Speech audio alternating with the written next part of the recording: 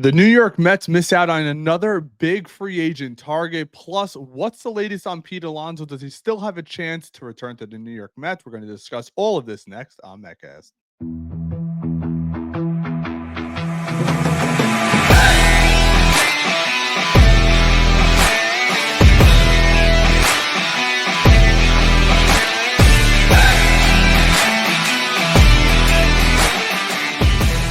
What's going on, everybody? Welcome back to Metcast. As always, I am Rain. If you're enjoying this content, we just ask you to like and subscribe. If you're new to the channel, welcome. A lot of you guys have been here for a while, and we appreciate your support. So today we get the breaking news that Tanner Scott, the New York Mets, probably one of their top relieving guys that they were looking at. We heard that they met with him a couple of weeks ago, that they were interested in bringing him in. A rumor came out that he was looking for about 4 years and $80 million.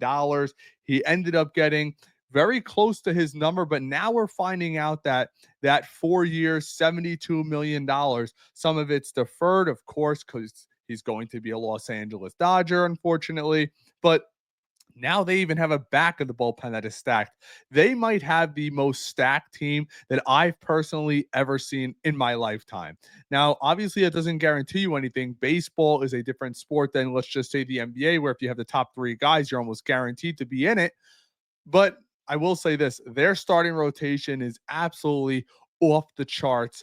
I wonder if them spending all of this money this season is kind of making the Mets shy. Is this a reason why the Mets may not be bringing back a Pete Alonso? Do they want to get younger? And we have this from SNY. I wanted to get to this video with Sal Licata and Brandon Tierney talking, from WFAN. And they're talking about whether or not David Stearns needs to prove himself to this organization. I want to give you what I think early on. I don't think David Stearns has anything to prove. There's a reason why the New York Mets brought him in as one of the highest paid executives of all time. And let's be honest, all he did was win in Milwaukee. No, he never won the big one, but he didn't have the money to do it. And the first year here with the New York Mets, we get within a couple of games of the World Series. Now, I'm also not foolish. Let's be honest here. And that's what we are on this channel. We're very honest. To think that this team by itself, the way it sits right now, can repeat what it did last year, I think is a big fallacy. They need to add, and they need to add significantly. I'm not even sure if Pete Alonso by himself gets us to where we were last year. Let's be honest, we went on a magical run, which no one will ever forget. You had the OMG. Jose Iglesias is gone until otherwise stated by the New York Mets. And pretty much right now, you swapped out Pete Alonso with Juan Soto. And obviously, Juan Soto, yes, is a much better player than Pete Alonso. But if you're telling me last year's team, you swapped out Juan Soto with Pete Alonso or vice versa, that the Mets were beating the Dodgers, I don't think so. And another thing that we need to also establish here is you had a great year out of Jose Quintana and a pretty good year out of Luis Severino. And Canning Griffin and Frankie Montas are their replacements. Two other guys who are complete unknowns. One got cut last year and was not on a team, and another one hasn't had a good year 4 or 5 years in Frankie Montas. But I want to get to this video, and we'll react together next. The Mets, nor anybody else that's running their organization the right way, shouldn't be put in a situation where you have to bring a player back just because of sentiment. If Pete Alonso did what he was supposed to do, hit 260 and 40 home runs each of the last 2 years, and driving over 100 runs, he would be back. I totally agree with Sal. The days of paying guys for what they've done for you in the past are over. That kind of went out the door when the Angels gave that absurd contract to Albert Pujols. Everybody knew that. Now look what the Angels are going through with Mike Trout, a guy who hasn't been healthy in a really long time, having a lot of issues, and they paid him for what he did for them in the past. Now, guys like Aaron Judge, obviously you could see still has a big future, but Alonso over the last couple of years has shown a little bit of decline. Not saying he can't get back to what he was, but you have to go off the current stats, and the current stats tell you that he's kind of on the decline. And you're not going to, the days of paying guys in their 30s for what they did for you in the past, those are over. You brought in David Stearns. He's an analytical type guy, and the analytics simply say that Pete Alonso is past, I don't want to say past his prime, but past his great years, what he was when he was 25, 26, 27, mashing, hitting for average. It just hasn't happened over the last couple of years. He would get paid what he wants. He would be back. A lot is going on here. He didn't perform up to the best of his abilities. The market has crashed. Nobody else wants him. He did. Well, that's another factor too. A lot of people are saying, "Oh, the New York Mets disrespected him." Who else is offering him a contract right now? Every single free agent out there has rumors. You have Alex Bregman with the Tigers, with the Red Sox, maybe even the Mets on a long shot. You had Corbin Burns with San Francisco, the Blue Jays, Arizona. Pete Alonso, it's just been him. It's just been him. Even Anthony Santander, the Red Sox potentially returning to the Orioles, maybe the New York Mets, maybe the Blue Jays are involved with him.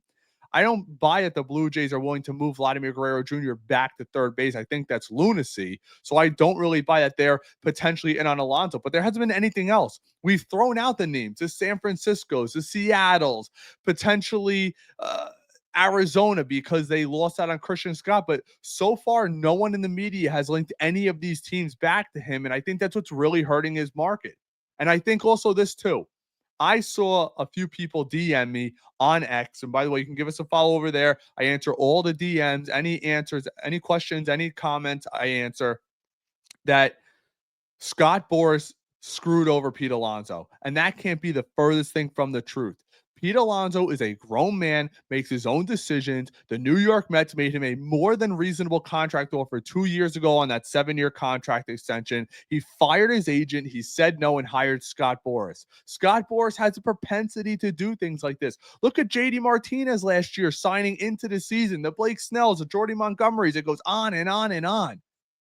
Some agents, sometimes he's great for you. Look, a la Juan Soto. But other times, for the non-superior free agents, he's kind of got this track record now where it's kind of hit or miss. He'll either get you paid or promise you the moon and not deliver. That's been an issue with Scott Boras over the last couple of years. Didn't take the deal the Mets offered him 2 years ago, and he didn't take the deals that the Mets offered him now. So this is not that the Mets aren't trying to win. They're afraid to bring Pete back. There's a lot of circumstance involved, but at the end of it all, BT, you have to trust Steve Cohen and David Stearns because they've earned it by what they have done.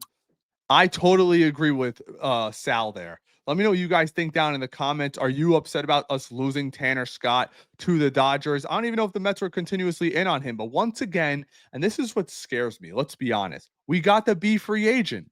Instead of going and getting a Tanner Scott, we end up with the Minter. And Minter was solid last year, but Minter's one of those guys who he's got a 2 ERA, then a high 3, a 2 ERA, then a high 3. Last year was a 2 ERA. Let's hope not that it bounces back. And it's a 2-year contract for him. It gives him security. Now I know Tanner Scott got the 4 years, which is could be a big gamble for the Dodgers, but their owners are more than willing to eat these bad contracts.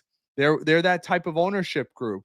I know the Mets are trying to, at least we saw Ragazzo reported that the Mets are currently or were currently trying to ship Marte out and willing to eat some of his contract, which could still very well happen. But the New York Mets have to get a legitimate designated hitter on this team. You have the Otanis, you have the Schwarbers, you have the Stantons. If you want to compete with the best of the best, you can't have a rotation. You can't have a guy like Jesse Winker who's going to hit between 245 and 265 with 10 to 15 home runs. That just does not cut it in the major leagues. Let me know what you guys think in the comments. Again, if you enjoy this content, I ask you to humbly like and subscribe. We'll be bringing more live streams, Dan and I, to you probably this Thursday night coming up. If any other content happens, I'm sure we'll release several videos in between then and now. Hopefully, just maybe, there's a chance the New York Mets still bring back Pete Alonso, maybe add an Anthony Santander and roll into the season with a beast-like lineup. I want that for the New York Mets. We started with Soto. Now it's time to put the hammer down and bring in Alonso and bring in another bat on top of him. Again, let me know what you guys think down in the comments, and as the content comes in, we'll bring it to you. I am Ray. Thanks for sticking around. Take care.